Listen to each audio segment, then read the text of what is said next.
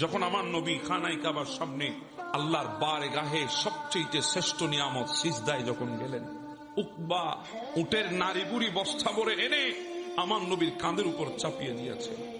ফাতেমাতুজ জোহরা দূর থেকে দেখে আছে, দৌড় দিয়ে সে আমার নবী সিজদা থেকে মাথা তুলতে পারে না, ভারে। ফাতেমাতুজ জোহরা সেগুলো টান দিয়ে সরিয়েছে, আমার নবী উঠেছেন, আমার নবীর চেহারার মধ্যে রক্ত। ফাতেমাতুজ জোহরা চোখের পানি ছেড়ে দিয়েছে, আমার নবী ফাতেমার চোখের পানি দেখেছে, আমার নবীর মুখ মলিন হয়েছে। আল্লাহ বলি, ইয়া রাসূলুল্লাহ, চিন্তা করবেন না, আপনার জন্য আমি যথেষ্ট। যখন আমার নবী খানায় কাবার মধ্যে যখন তাওয়াফ করছিলেন, তখন কাফেররা আমার নবীকে অনেক ধরনের খারাপ মন্তব্য করেছেন, আমার নবী শানে কটাক্ষ করে কথা বলেছেন। আমার নবী চুপ ছিলেন। একবার দে, দুইবার দে, আমার নবী চুপ। তিনবার দে, চারবার দে, আমার নবী চুপ। তাদের ভেতরে রাগ এসেছে, গোসা এসেছে। তারা দেরি করে নাই, মতাফের মধ্যে নেমে চাদর দিয়ে আমার নবীর গলার মধ্যে পেঁচিয়ে ধরেছে। আমার নবীর গলার মধ্যে পেঁচিয়ে ধরে টান দিয়েছে, আমার নবীর নিঃশ্বাস আটকে যাবে এমন অবস্থা। সাইয়েদনা সিদ্দিক আকবর দেখার সাথে সাথে দৌড় দিয়েছেন, আমার নবীর উপরে ঝাঁপিয়ে পড়েছেন সিদ্দিক আকবর, যাতে আমার নবীর কষ্ট না হয়।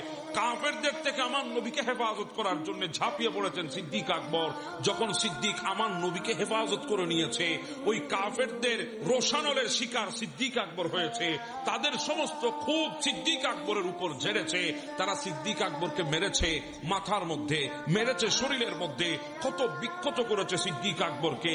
আমার নবীকে নিয়ে যাওয়া হয়েছে হুজরায়ে পাকের ভেতরে, সিদ্দিক আকবর পড়ে আছে মতাফের মধ্যে, তারা মেরে চলে গেছে। সিদ্দিক আকবর আঘাতপ্রাপ্ত হয়েছে।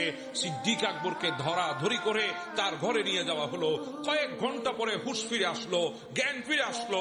মা ডাক দিয়ে বলে, আবু বকর, একটু ওষুধ খা, অনেক কষ্ট পেয়েছিস, তোর শরীরকে কত বিক্ষত করেছে, তোর মাথায় আঘাত করেছে, বেহুশ হয়েছিলি, তোকে আমরা এনেছি, অনেকক্ষণ পরে তোর হুঁশ ফিরেছে, একটু কিছু খা, একটু ওষুধ খা। সিদ্দিক আকবর বলে, মা, এই শরীরের ব্যথা সেরে যাবে, এই শরীরের ব্যথা নিমিষেই চলে যাবে, কিন্তু দিলের মধ্যে যে ব্যথা পেয়েছি, আমার চোখের সামনে আমার মাহবুব নবীর গলা চেপে ধরেছে, ওই ব্যথা তো দিল থেকে যাবে না। মা, আমি ততক্ষণ সুস্থ হব না যতক্ষণ এই দুই চোখে আমার নবীর চেহারায় আনোয়ার দেখব না। হ্যাঁ, ভালোবাসা এখানে মোহাম্মদ।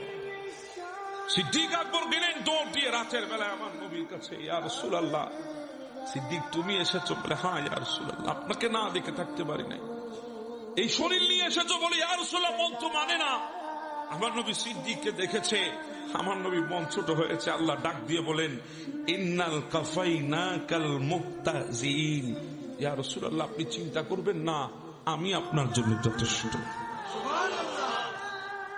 ইন্না কাফাইনাকাল মুস্তাহজিন, ইয়া রাসূলুল্লাহ, আপনি নিজেকে একা মনে করবেন না, ছোট মনে করবেন না, আমি আল্লাহ ওই বিদ্রুপকারীর বিরুদ্ধে আপনার জন্য আমি যথেষ্ট। সুবহানাল্লাহ। কতটুকু মোহাব্বত থাকলে এই কথা বলে, এবার চিন্তা করে। আমার নবী যখন ওয়াহাদানিয়তের দাওয়াত দিয়েছে, তারা মাটি নিয়ে, ধুল নিয়ে আমার নবীর চেহারার মধ্যে নিক্ষেপ করেছে। আমার নবীর চেহারার মধ্যে ধুল পড়েছে। হযরতে জয়নব রাদিয়াল্লাহু তাআলা, ইনি আমার নবীর চেহারায় ধুল দেখে অন্তর ছোট করেছে। হযরতে জয়নব আমার নবীর কলিজার টুকরা, অন্তর যখন ছোট করেছে, আমার নবীর চেহারা যখন ধুয়ে দিলেন, আমার নবী জয়নবের চেহারার দিকে তাকিয়েছে, আমার নবীর চেহারাও মলিন হয়েছে। আল্লাহ ডাক দিয়ে বলে, নবী চিন্তা করবেন না, আমি আছি আপনার জন্য। ইয়া রাসূলুল্লাহ, আপনি চিন্তা কেন করবেন, আমি আছি আপনার জন্য। এরা তো আপনার শান জানে না, শওকত জানে না, এজন্য কষ্ট দিয়েছে। আরে আমি আল্লাহ আপনার নাম আরশের মধ্যে লিখে দিয়েছি, আমি আপনাকে মোহাব্বত করে আমার জান্নাতের প্রত্যেকটি পাতায় পাতায়, দরজায় দরজায় আপনি নবীর নাম লিখে দিয়েছি। শুধু তাই না, ইয়া রাসূলুল্লাহ, আপনাকে কত মোহাব্বত করে জানেন?